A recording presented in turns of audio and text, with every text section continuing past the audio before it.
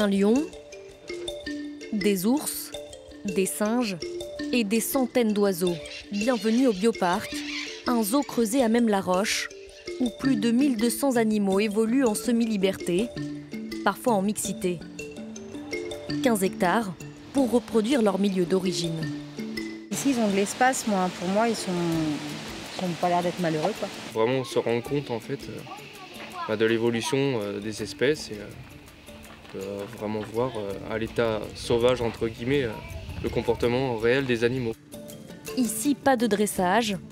Le seul spectacle proposé au public, c'est celui de la nature. Outre le simple divertissement, c'est aussi de l'éducation aux problématiques environnementales, de la pédagogie qui est faite quotidiennement, et puis de la recherche scientifique et de la conservation des espèces menacées. Le bioparc ne possède pas d'animal à titre privé. Depuis une trentaine d'années, il réintroduit même certaines espèces dans la nature. Et nous apprêtons dans quelques mois de réintroduire des arachloroptères, ces très beaux aras rouges aux ailes vertes en Amérique du Sud. Mais tous les animaux en captivité n'ont pas cette chance. L'association One Voice lutte contre leur exploitation pour le spectacle. Dans sa ligne de mire, les delphinariums et les cirques. La présidente évoque un cas particulièrement préoccupant.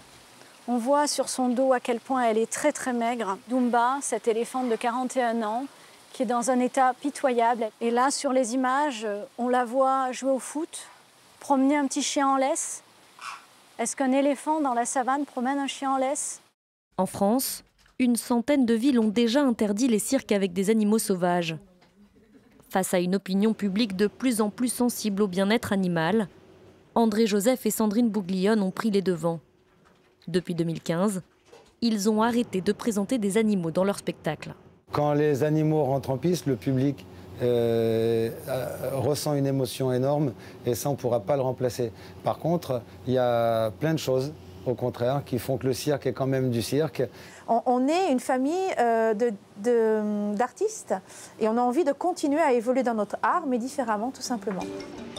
Après 25 ans de cirque traditionnel, ils lancent leur éco-cirque. Un cirque 100% humain et respectueux de l'écologie, dont une partie du chiffre d'affaires sera reversée à la protection animale.